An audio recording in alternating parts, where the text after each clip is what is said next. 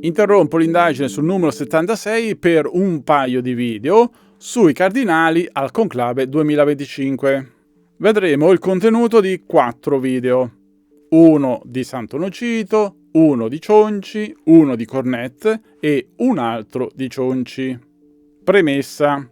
Stravolgere il significato del numero 3 della Universi Dominici Gregis non è assolutamente un buon servizio alla difesa dei diritti di Benedetto XVI, che è rimasto Papa fino al 31 dicembre 2022. Ugualmente non è un buon servizio a Benedetto XVI raccontare la storia che Leone XIV non sarebbe Papa fino a quando non lo dimostra. E non si dovrebbe andare alle messe parrocchiali perché illecite col nome di Leone XIV.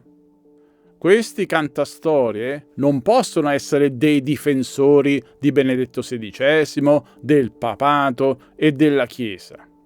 Questi sono un ostacolo perché mescolano la cosa seria che è accaduta a Benedetto XVI con le farneticazioni che Bergoglio sarebbe già ufficialmente cancellato come papa, che i suoi cardinali e i vescovi sarebbero nulli e invalidi, che il conclave 2025 sarebbe legittimo solo se hanno votato 25 cardinali su 133.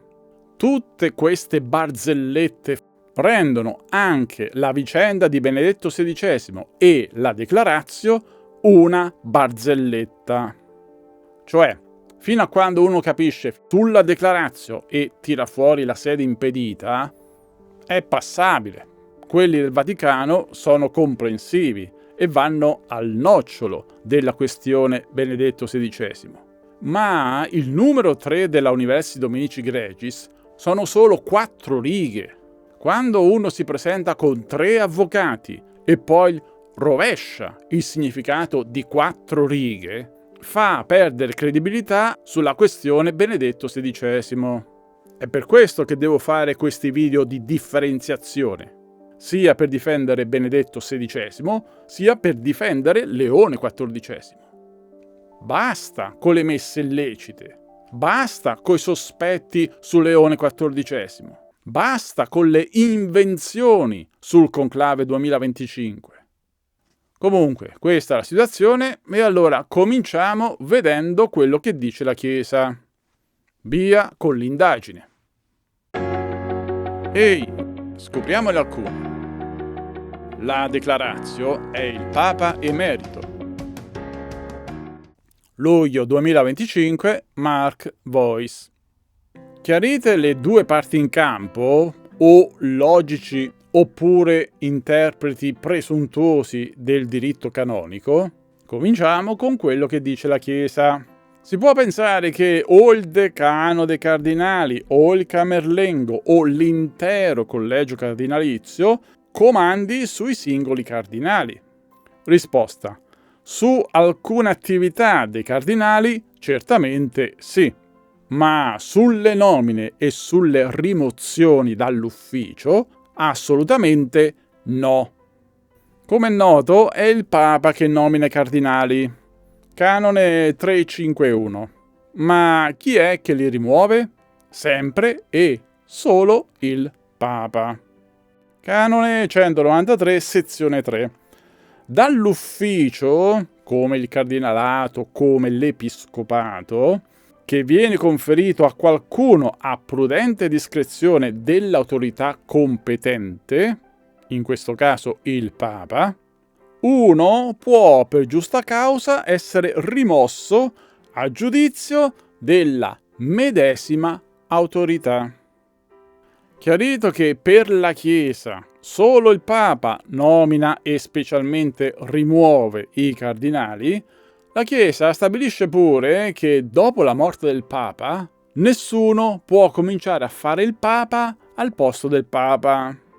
Perciò nessuno poteva né rimuovere e nemmeno togliere il diritto di voto ai 108 cardinali, come invece aveva fatto più o meno chiaramente Bergoglio al Cardinal Becciu. Ci abbiamo avuto anche l'esempio del Cardinal Becciu.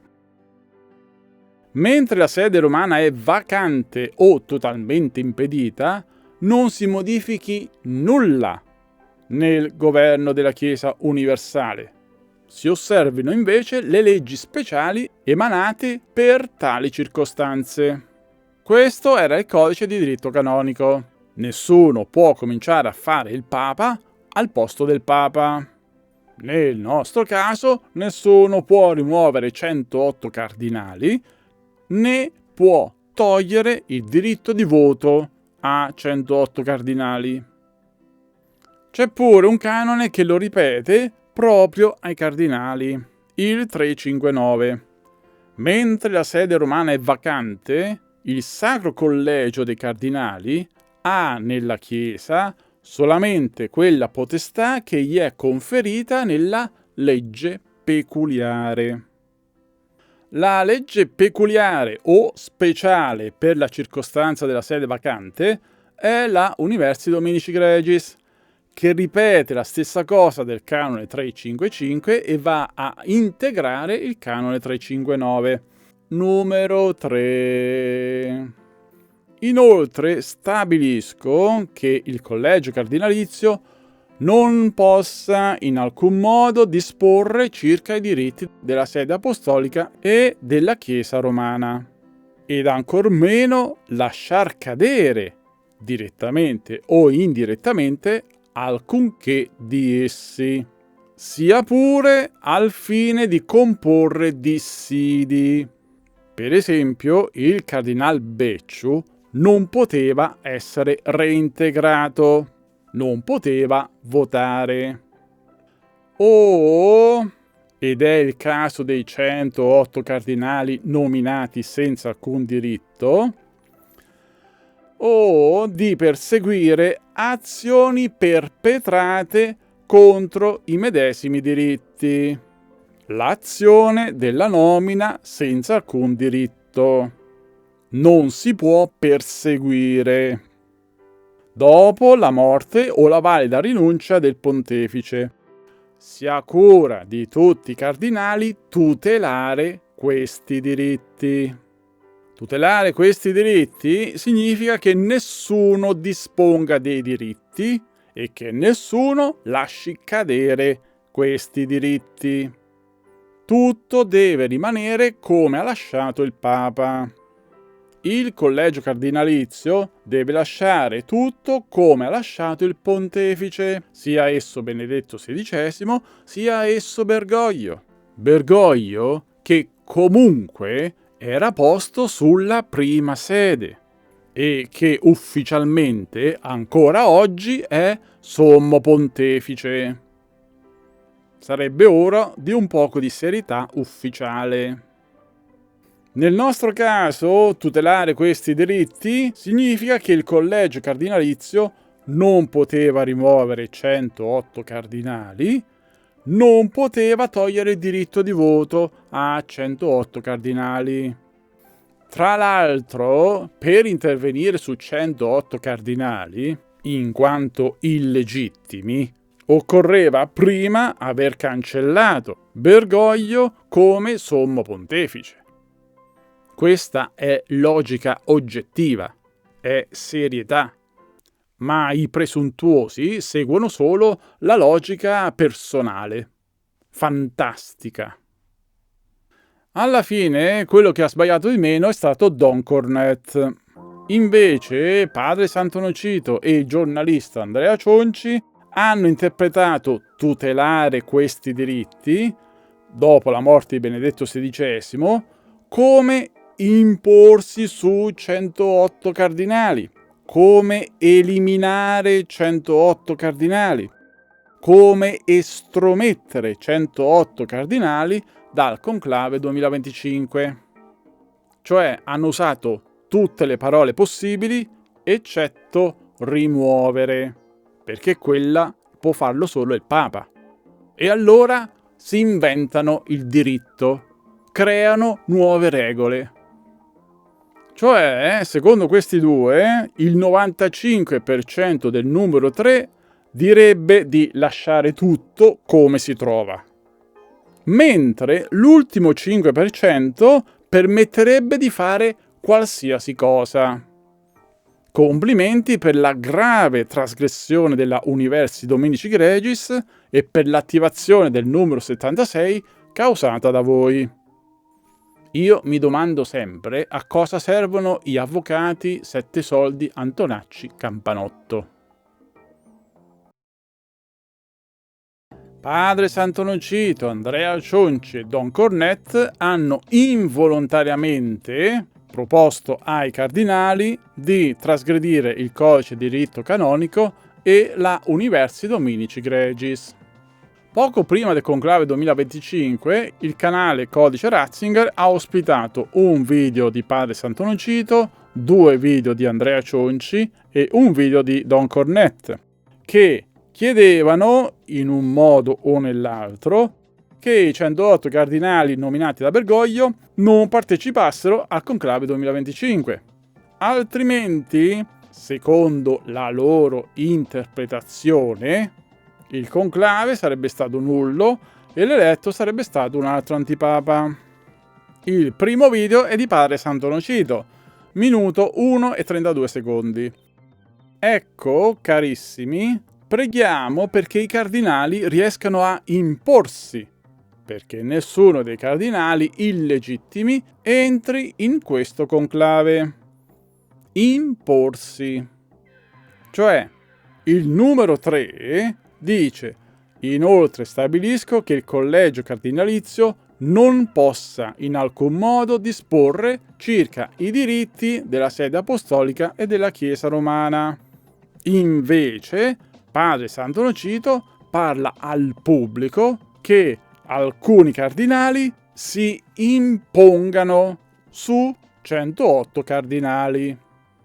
Ma, come dimostra l'esempio del cardinal Becciu, questo è un lavoro da papa, per cui lo fa il papa, mentre il collegio cardinalizio non può in alcun modo disporre dei diritti della sede apostolica. Punto. Così Sant'Onofrito ha proposto involontariamente la trasgressione particolarmente grave del numero 3, cosa che fa entrare automaticamente in azione il numero 76, con l'elezione nulla e invalida senza che intervenga alcuna dichiarazione in proposito. Complimenti! Oggi, per Sant'Onofrito, Leone XIV è un altro antipapa e la Chiesa Cattolica è finita con Benedetto XVI, esattamente come ha sempre detto grande prelato Minutella.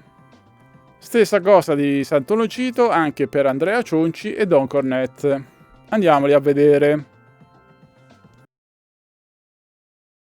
La petizione con solo il 5% del numero 3 della Universi Dominici Gregis. Il secondo video è la petizione di Andrea Cionci al collegio cardinalizio, conclave solo con elettori pre-2013 per evitare un altro antipapa. Dice subito: cari amici, ecco finalmente l'importantissima petizione che tanti di voi aspettavano. Infatti, l'obiettivo di questa petizione non sono i cardinali, ma gli ascoltatori di Andrea Cionci. Infatti, in questa petizione è citato il famoso numero 3, che, ricordo, dice: inoltre stabilisco che il collegio cardinalizio non possa in alcun modo disporre circa i diritti della sede apostolica, eccetera, dopo la morte o la valida rinuncia del pontefice, sia a cura di tutti i cardinali tutelare questi diritti. Solo che Andrea Cionci, il famoso giornalista vi dico le cose come stanno, vi dico il dato canonico, 1. Ha tagliato via il 95% del testo del numero 3. 2. Non ha riportato una sola parola del numero 3, ma solo il collegamento a tutta la Universi Dominici Gregis. 3. Ha scritto solo un riassunto della propria trasgressiva interpretazione del 5% del numero 3. Insomma, nella petizione è proprio scritto: per l'articolo 3 della Universi Dominici Gregis, ciascuno di voi, come membro del collegio cardinalizio e come singolo, ha il dovere di tutelare i diritti della sede apostolica e di non lasciarli decadere. Tutto qui circa il numero 3. Un riassuntino dell'ultima frase. In pratica, Andrea Cionci ha tagliato via tutta la parte in cui nessuno può cominciare a fare il Papa dopo la morte del Papa e ha ridotto il numero 3 a 2 pezzettini. Ed ancor meno lasciar cadere e sia cura di tutti i cardinali tutelare questi diritti. Però tutelare questi diritti, come detto, per il numero 3 significa lasciare tutto come ha lasciato chi era sulla sede apostolica, legittimo o illegittimo che sia, perché non spetta ai cardinali stabilire la legittimità di un papa. Dice il numero 3: stabilisco che il collegio cardinalizio non possa in alcun modo disporre circa i diritti della sede apostolica ed ancor meno lasciar cadere alcunché di essi. Invece Andrea Cionci, per tutelare questi diritti, intende la trasgressione del numero 3, per intervenire ed escludere i 108 cardinali. Dice infatti nella petizione: siamo a implorarvi di evitare un conclave che annoveri tra i votanti anche i cardinali eletti invalidamente dall'antipapa Francesco.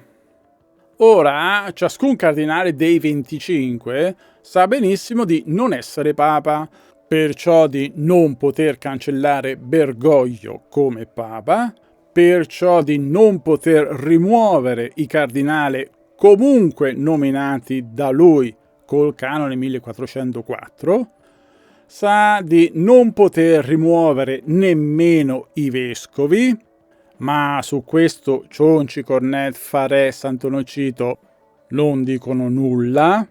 Sa di non poter togliere il diritto di voto ai cardinali, come ha fatto Bergoglio al cardinal Becciu. Insomma, ciascun cardinale sa che non può aggiungere diritti che spettano alla sede apostolica, né può togliere diritti, né può non farli rispettare. Insomma, sa che tutelare questi diritti significa non toccare nulla e non far toccare nulla a nessuno. Altro che evitare un conclave che annoveri tra i votanti anche i cardinali eletti invalidamente. Invece, per cominciare, gli ascoltatori di Andrea Cionci credono che il numero 3 tratti solo di quello che Andrea Cionci ha detto nel video e che per di più ha scritto nella petizione, ossia: per l'articolo 3 della Universi Dominici Gregis, ciascuno di voi, come membro del collegio cardinalizio e come singolo, ha il dovere di tutelare i diritti della sede apostolica e di non lasciarli decadere. L'ascoltatore di Cionci di tutto il numero 3 non conosce altro che questo 5%, la tutela dei diritti. E fin qui poco male. Poi, però, gli ascoltatori di Andrea Cionci imparano da Andrea Cionci ad applicare al concetto di tutela dei diritti quello opposto al numero 3 di azione contro i diritti dei 108 cardinali, legittimi o illegittimi.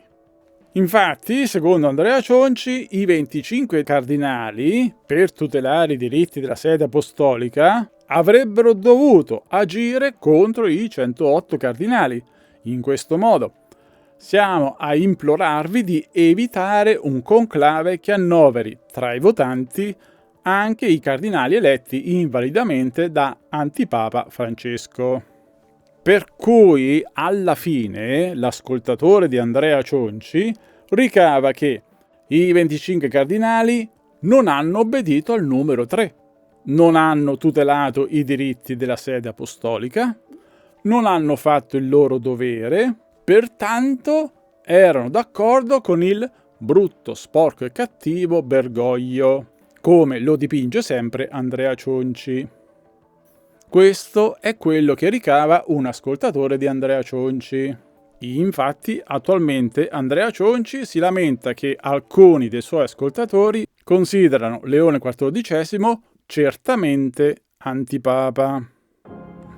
Comunque, il risultato della petizione è esattamente quello dell'idea di Sant'Onofrio, ossia anche Andrea Cionci ha proposto involontariamente la grave trasgressione del numero 3 della Universi Dominici Gregis, cosa che avrebbe fatto entrare automaticamente in azione il numero 76 con l'elezione nulla e invalida senza che intervenga alcuna dichiarazione in proposito. Complimenti petizione. Chissà come la pensa Don Cornet.